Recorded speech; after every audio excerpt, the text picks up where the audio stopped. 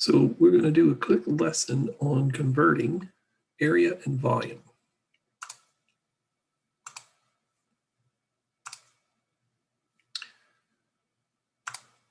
We're going to start just by looking at area measurements.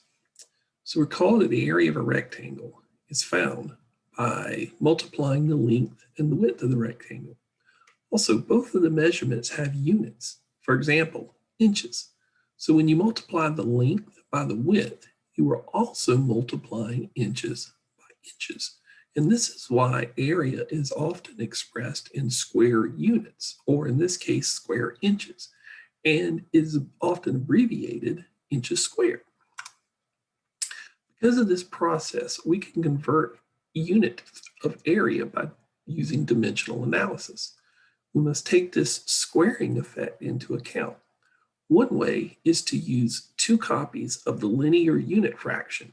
An example, we're going to find the area, we know that the area of a football field is 6,400 square yards. So we're curious as to how many square feet that is. So of course, just like usual, we'll start by setting it up. There is yards times yards, which is just the expanded version of square yards. And we're going to multiply it by feet, 3 feet over 1 yard. But notice that only cancels out one of those yards. So we actually need a second unit fraction in order to cancel out the second set of yards. And now we do our multiplication. And so we see that the numerator is 6,400 times 3 feet times 3 feet. Our denominator is 1, so we have 57,600 feet times feet, or square feet, over 1. So the football field would actually have an area of 57,600 square feet. Now, let's look a little closer at that calculation that we've made there. Notice that you have 2 copies of 3 feet by 3 feet over 1 yard times 1 yard.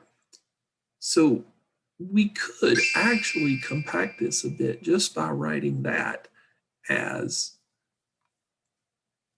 3 feet over 1 yard squared, because we've got 2 copies of it. And this would allow for canceling out both of the yards units.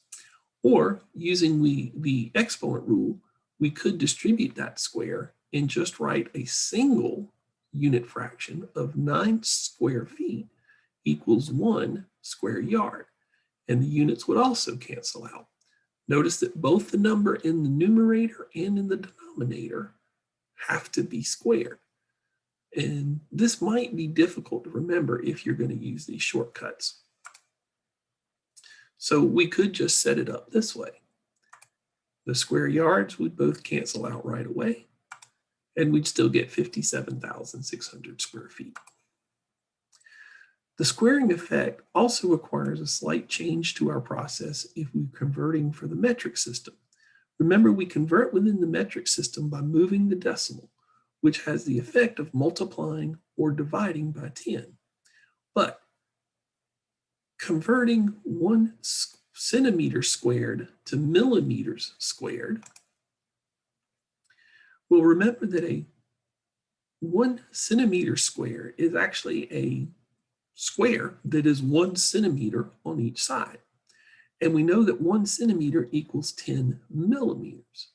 So this gives 1 centimeter times 1 centimeter, which would be the same thing as 10 millimeters times 10 millimeters, which 10 times 10 is 100, and millimeters times millimeters is a millimeter square, or a square millimeter. So even though centimeters and millimeters are only 1 step apart in our little King Henry doesn't usually drink chocolate milk memory device, it takes 2 decimal moves to convert between square centimeters and millimeters, 1 for each of the tens. So we can convert using our same decimal moving technique. We just have to remember to multiply the number of moves by 2. Here's an example. The area of a soccer pitch is 7,140 square meters. What is this in square kilometers? Kilometers squared. Well, remember again, King Henry doesn't usually drink chocolate milk. And since, again, we're dealing with area units, we just need to double. So here's our little memory device. We're going to do 3 jumps. And so since it takes 3 jumps to get from meters to kilometers, we multiply that by 2 and we move the decimal 6 times. So here are our digits, 7,140. And remember, the decimal is actually right back there at the end of the 0. So we move it 1, 2, 3, 4, 5, 6 places. And so the area of a soccer pitch is actually 0.00714 square kilometers. Volume works very similarly because you're still just multiplying lengths. It's actually now, for example, inches times inches times inches, or cubic inches. So we would just have to use 3 copies of the unit fraction, or use the exponent 3 to convert volume using dimensional analysis. So suppose the volume of a swimming pool is 1,512 cubic feet. What is its volume in cubic yards? When we set up our initial calculation and you see that we have our cubic feet, we've expanded it out to be feet times feet times feet. So since there are 3 units of feet, we're going to have 3 unit fractions to convert each of those.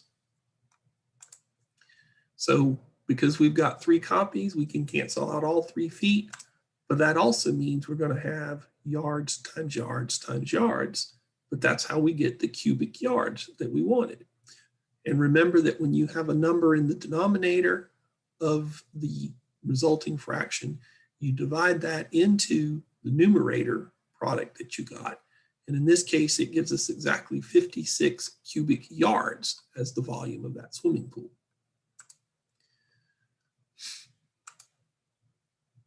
And again, converting within the metric system gives us pretty much the same result. We just have to remember that now we're going to make 3 jumps instead of 2 for each move through our little mnemonic memory device. Another advantage of the metric system is that the standard capacity units, or for example, liters or milliliters or kiloliters, are powers of 10 multiples of cubic units. So for example, 1 milliliter is actually the same as 1 cubic centimeter. And 1 liter is just 1,000 cubic centimeters. And a cubic meter is really the same as 1 kiloliter. And so we could make it's much easier to convert between the cubic measurements and the typical volume measurements in the metric system as it is to convert in all the other ways in the metric system. Now, if you need to convert between US customary units of capacity and cubic units, then you have to use approximate unit fractions because there aren't exact measurements for those. So for example, we'll go back and look at that pool again that was 1,512 cubic feet. What would be its capacity in gallons? Well, one of the things we have to know is that a cubic foot is more or less 7.48 gallons. And so we can set up a unit fraction of 7.48 gallons over 1 cubic foot. And we can actually make this conversion in a single step because we notice that we have cubic feet as part of this conversion, not just feet. So they do cancel out right away. We just make our multiplying effect here. And in the end, we get that the pool has a capacity of 11,310 gallons, approximately 11,310 gallons.